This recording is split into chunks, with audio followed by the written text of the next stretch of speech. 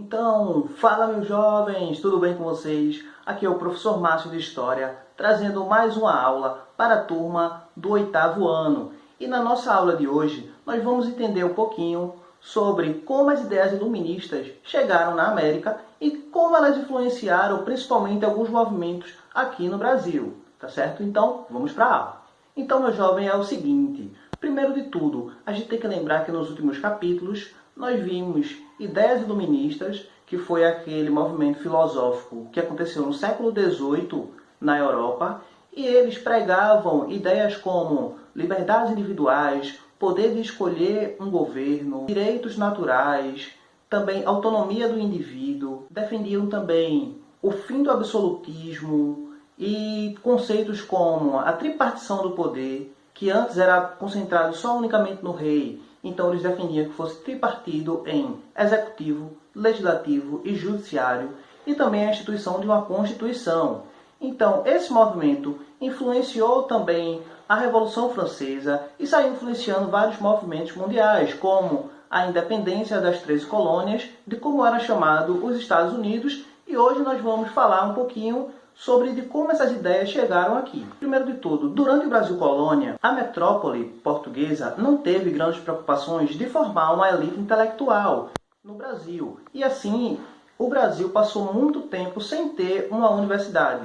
A primeira universidade só foi construída em 1808, por conta da influência da vinda da família real da Europa para cá. Já em comparação à América Espanhola, nós ficamos bem atrás, porque já no século XVI, a Espanha, nas suas colônias da América, já construiu uma universidade no ano de 1538, a Universidade de São Domingos, que fica hoje onde está localizada o país República Dominicana. E já as colônias inglesas, que eram as 13 colônias, teve sua primeira universidade ainda no século XVII, no ano de 1636, que é a Universidade de Harvard. Então, o Brasil, como é que ele fazia para os filhos da elite, de pessoas que tinham dinheiro, ter acesso a uma educação superior? A maioria deles, meu jovem, iam estudar na Europa, principalmente na Universidade de Coimbra, que fica em Portugal, para estudar Direito, ou até mesmo na Universidade de Paris, que fica na França, e é a Universidade de Medicina. Vários membros da elite brasileira acabaram indo estudar lá. E nesse contato que eles tiveram com as universidades europeias, com as ideias que se estavam propagando na Europa, eles tiveram contato tanto com o iluminismo, quanto com a influência da Revolução Francesa. Então, esses filhos de colonos das elites brasileiras que retornam ao Brasil, retornam com ideias como hashtag fora metrópole, hashtag fim do pacto colonial, hashtag deixa eu decidir o meu destino. Então, eles acabaram trazendo ideias que ajudaram várias pessoas a lutar pela independência do Brasil.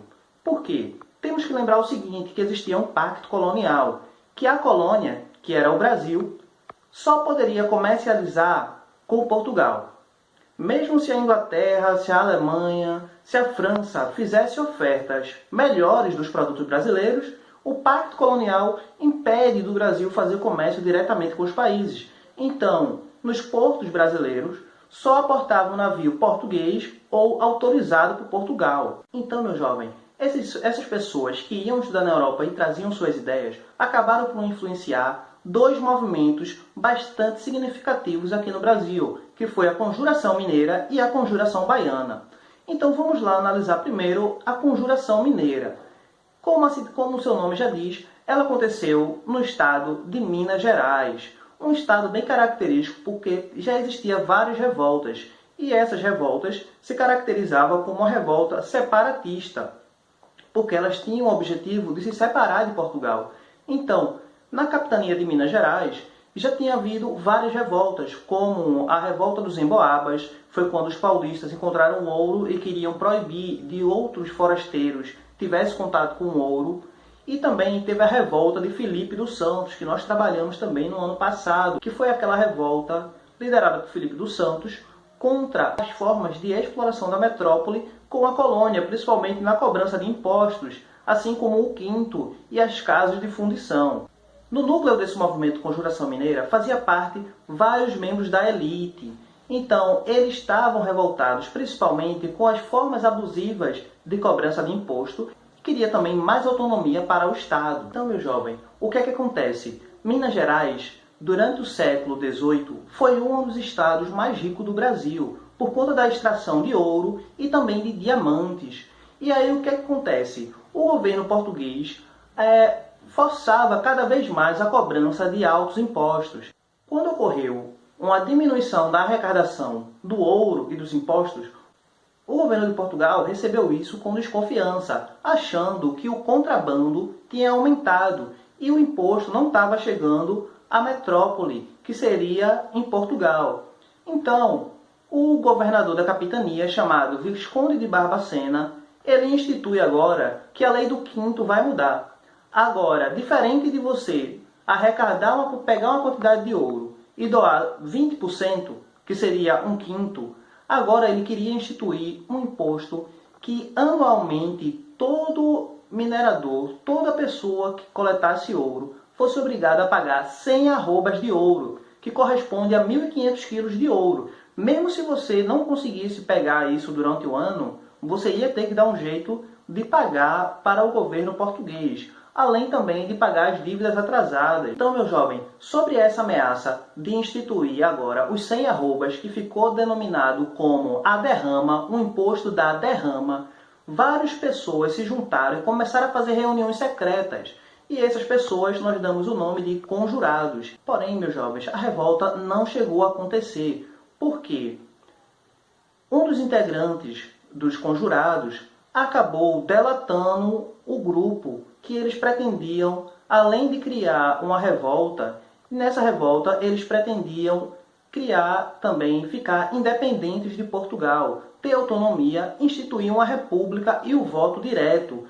No entanto, jovem, vale a pena frisar que essa independência, essa instituição de uma república não era para o Brasil inteiro, era restrito a Minas Gerais, até porque nessa época não existia a consciência de um país, uma consciência de uma nação brasileira. Então, gente, a conjuração mineira estava marcada para iniciar durante a cobrança da derrama. Então, um dos membros dos conjurados, o Joaquim Silvério dos Reis, acaba delatando, ou seja, ele entregou todo o movimento que ia acontecer. Então, primeiro o Visconde de Barbacena cancela a cobrança, cancela temporariamente a cobrança da derrama e começa a prender os conjurados. E essa prisão, gente, prenderam também o líder deles, que era Joaquim José da Silva Xavier, mais conhecido como o Tiradentes. De Tiradentes, ele meio que era uma exceção da população que participava dessa revolta, porque ele não era um grande proprietário, não era uma pessoa muito rica, mas estava sim participando do movimento.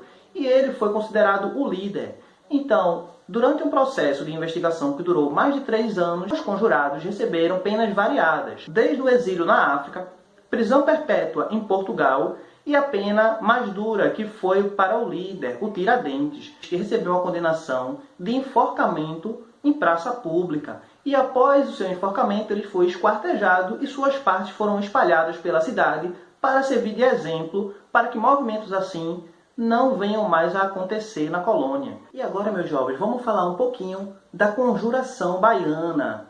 Então, foi um movimento que aconteceu na Bahia, e principalmente na cidade de Salvador. O seu público, ele conteve mais camadas populares, pobres e também recém-libertos, e participaram do movimento.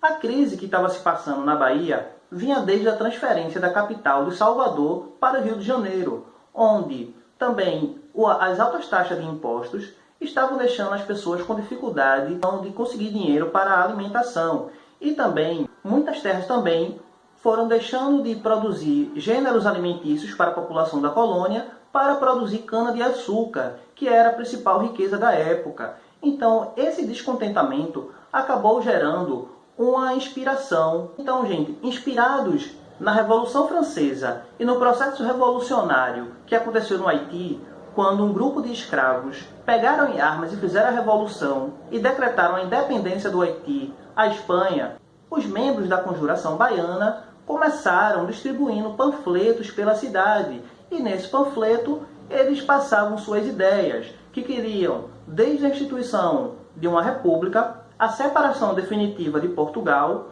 e também a libertação da escravidão. Os conjurados baianos, eles estavam esperando uma luta armada que levasse ao desgaste e ele sim conseguisse se tornar independente. No entanto, os panfletos que foram distribuídos cidade afora acabaram alertando as autoridades, que perceberam a gravidade do movimento, e assim como a Conjuração Mineira, a Conjuração Baiana, gente, não chegou de fato a se colocar na rua, não chegou de fato a acontecer. O governador da capitania, representante de Portugal, acabou decretando a prisão de todos os envolvidos no movimento, inclusive seus líderes, que é o João de Deus, Faustino dos Santos, Luís Gonzaga das Virgens e o Lucas Dantas. Então, esses 4 líderes receberam as penas mais duras, que foi um enforcamento em praça pública, enquanto os outros receberam penas mais brandas. Então, meu jovem, essa foi a nossa aula de hoje. Nós vimos a influência do iluminismo nesses 2 movimentos que aconteceram aqui no Brasil. E agora eu vou estar deixando para vocês as atividades da semana. E aí você vai estar fazendo lá no seu livro didático as páginas 5, 6, 7, 10, 12 e 13. Vai estar fazendo também no caderno de atividade o capítulo 5 e vai ter também uma trilha no Positivo On para vocês, tá bem? Então é isso, meus jovens. Grande abraço para vocês, se cuidem e até a próxima aula.